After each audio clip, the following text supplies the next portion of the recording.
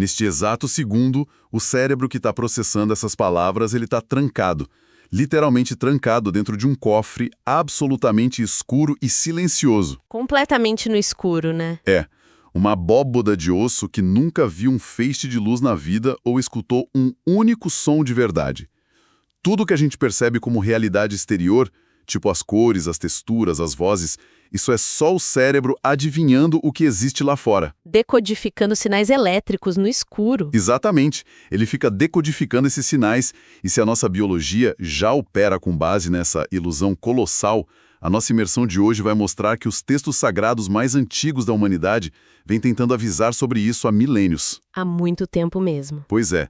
Hoje o nosso estudo analisa os ensinamentos do Moré André Klein Rosa. Da escola Kibelmi Sinai. Isso.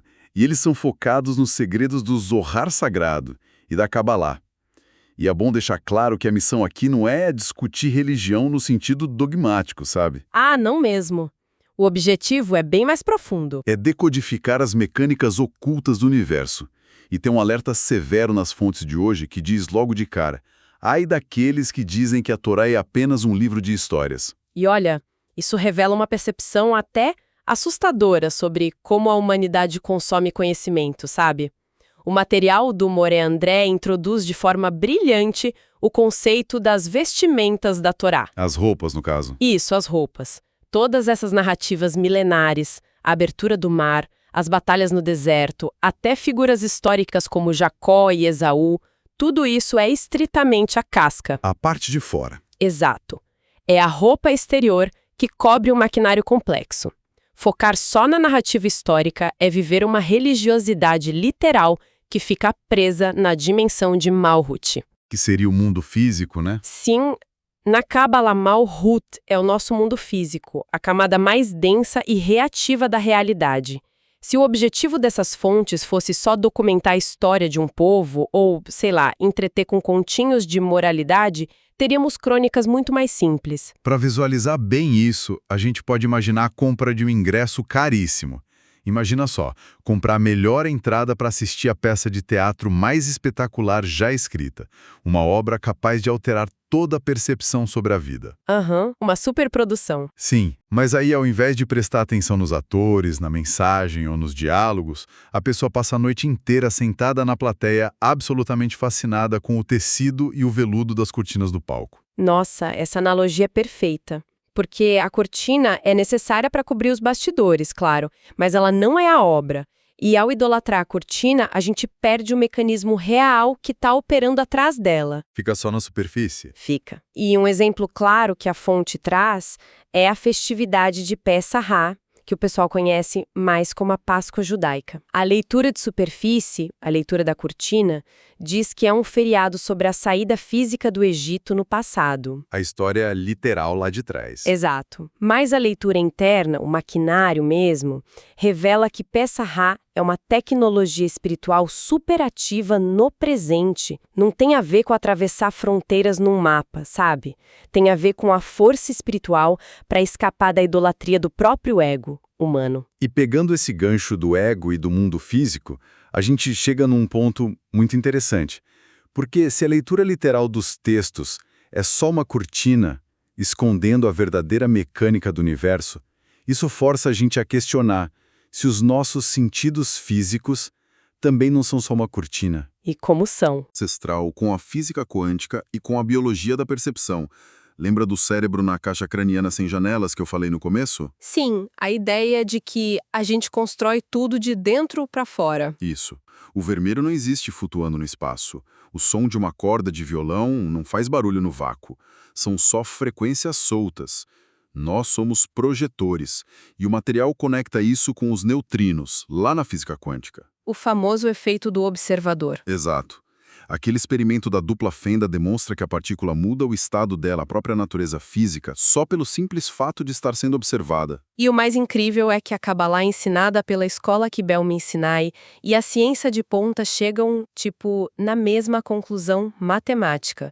Não existe um universo objetivo e passivo esperando ali para ser experimentado. A gente literalmente interage com ele. Sim, o observador colapsa a realidade. O indivíduo, através da forma como observa o mundo, consolida a realidade ao redor. Na física, o colapso da função de onda; na Kabbalah, isso é moldar o próprio Mazal, o destino. Então, se uma mente é dominada, digamos, por um pessimismo crônico, ela não está só vendo o mundo com lentes tristes. Não mesmo. A mecânica é ativa, a própria energia desse pessimismo crônico está organizando os átomos, as probabilidades e os eventos futuros para que aquela realidade negativa se torne densa e inevitável em Malhut. Caramba! E isso nos leva direto para um gargalo filosófico imenso que as fontes levantam. Uma tensão mesmo. Porque se a realidade é moldada através dos pensamentos, a gente precisa perguntar de onde vêm esses pensamentos, né? Essa é a grande charada. Pois é. A fonte afirma que absolutamente todos os pensamentos, até os mais destrutivos, invejosos ou sombrios, vêm do eterno, vêm dessa força criadora. E aí fica a pergunta: por que uma força criadora perfeita enviaria intencionalmente pensamentos ruins para nossa mente? Parece um paradoxo absurdo, né? Mas a resposta do Moré André resolve isso de um jeito fascinante. A gente tem que entender a mente humana não como um gerador de energia, mas como um processador. Ah, entendi. A luz superior não envia maldade. A força criadora envia energia pura, um estímulo totalmente neutro de vitalidade. O problema todo acontece na compilação desse sinal. Como se fosse um código de computador. Exatamente. O criador manda um código-fonte perfeito. Só que a mente humana opera através de um sistema operacional altamente corrompido, que a Kabbalah chama de Kuf. Ah, o famoso conceito do macaco de imitação da mente. Precisamente, a letra Kuf é o ego operando ali no piloto automático. É aquela parte da mente que busca validação o tempo todo, que quer apenas receber as coisas para si mesma, sabe? Sim, o puro instinto de sobrevivência e egoísmo. É. Aí, quando o código-fonte puro entra nesse sistema bugado do Kuf, a energia sofre interferência. A energia bruta de crescimento vira o vírus da inveja. A energia de proteção vira a agressividade. Então o pensamento ruim não sai da fonte desse jeito. Não. Ele adquire essa forma feia ao passar pela nossa onda de rádio interna distorcida. O universo só fornece a energia bruta.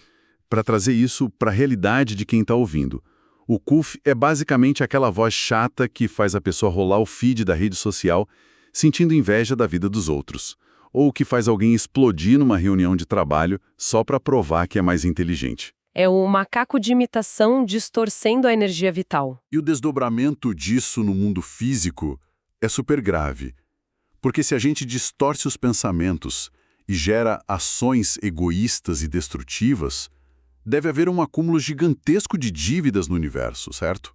Com certeza. Toda ação egoísta rasga a malha quântica. E aí a conta precisa ser paga. E se uma vida humana não é tempo suficiente para pagar esse estrago todo, o material traz o conceito contábil dos Gilgulim. Os Gilgulim são as reencarnações, né? Os ciclos de retorno da alma. E o único propósito disso é o Tikkun, que é a correção dessas distorções. Para equilibrar as coisas. Exato. Quando uma ação causa caos no mundo e alimenta o que a Kabbalah chama de árvore da morte, isso cria um déficit.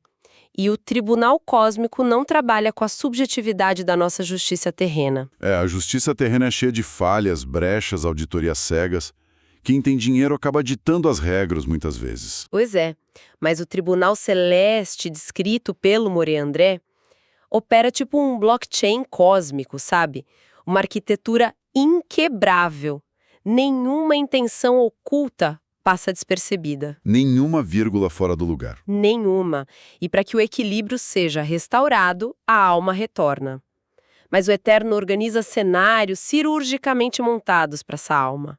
A pessoa nasce no país exato, na família exata, para reencontrar os credores e devedores do passado. Isso muda tudo. Quer dizer que o que a gente enxerga hoje como um acidente inexplicável ou uma tragédia do acaso, muitas vezes é só o fechamento exato e matemático de uma conta antiga. Sim, É o fechamento de uma aba que ficou aberta em outra vida. A matemática é severa e inevitável. Mas olha, diante de um sistema tão implacável assim, isso cria um peso gigantesco. A sensação que dá é, a gente está só aguardando o momento em que a conta kármica vai chegar e nos atingir fisicamente. Dá um certo desespero pensar assim. Sim, é como esperar um piano cair na cabeça, sabe? A experiência humana é só aguardar o sofrimento. Ou existe alguma rota de fuga projetada dentro desse sistema? A boa notícia é que a rota de fuga existe. E ela também está codificada na Torá. É a metáfora da cidade de refúgio. Historicamente, eram lugares físicos, né? Sim, cidades onde pessoas que cometiam homicídio acidental podiam se esconder dos vingadores de sangue no passado. Mas o Morém André revela que, rasgando essa roupa, essa cortina literal, a verdadeira cidade de refúgio contemporânea para a alma é o estudo focado do usuário e da internalidade da Torá. Espera um pouco. Aqui eu vou ter que atuar como advogado do diabo, porque isso pode soar muito conveniente. Imagino por quê. A gente está falando de um blockchain cósmico super rigoroso. Aí a pessoa simplesmente lê um livro místico e isso funciona como um passe livre para pagar dívidas de vidas passadas. O universo esquece a conta de um assassinato só porque alguém decidiu sentar e estudar. É uma objeção excelente. Mas a questão é que não se trata de uma leitura passiva de fim de semana. Não é intelectualismo. É um autossacrifício colossal. Como assim autossacrifício? O estudo autêntico exige ir contra o próprio ego.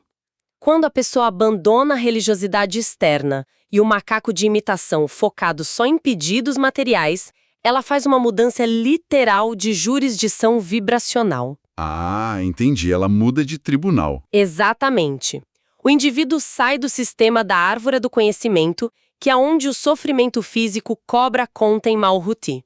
E ao elevar a consciência, ele é transferido para a árvore da vida, para as esferas de Hor-Ma, que é a sabedoria, e Resed, a misericórdia. Faz todo sentido. Quer dizer, um universo não quer vingança. O sofrimento físico é só uma ferramenta para forçar a expansão da consciência. Perfeito. É um alarme. Se você acorda e desliga o alarme estudando e lutando contra os seus defeitos ativamente, o universo não precisa mais usar o sofrimento físico. O sistema de julgamento inferior perde a capacidade legal de tocar na pessoa. A ferramenta da dor vira obsoleta. É tipo a lei da gravidade. Ela é implacável e puxa tudo para o chão.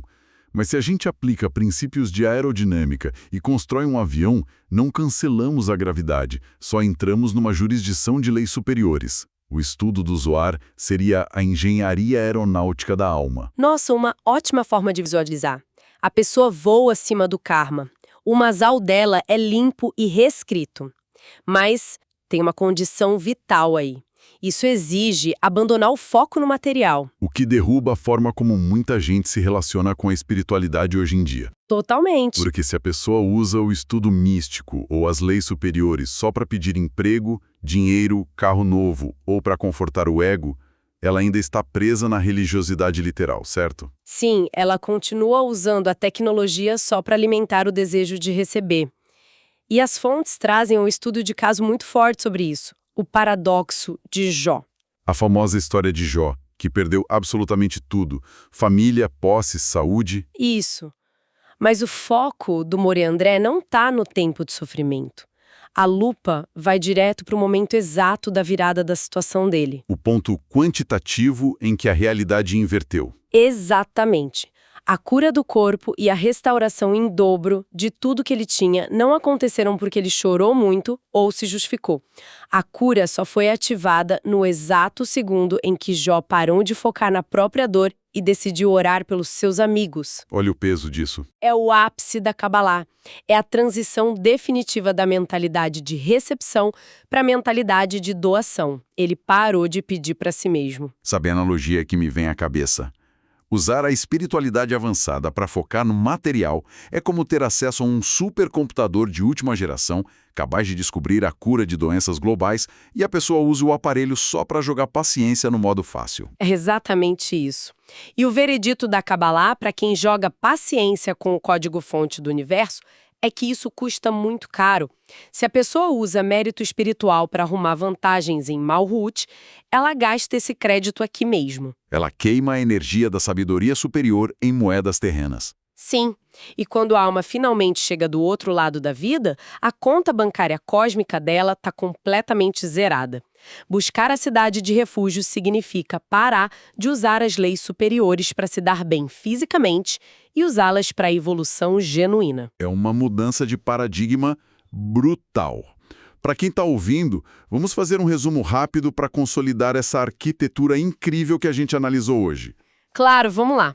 Primeiro, os textos sagrados operam com cortinas e a leitura literal é apenas a casca.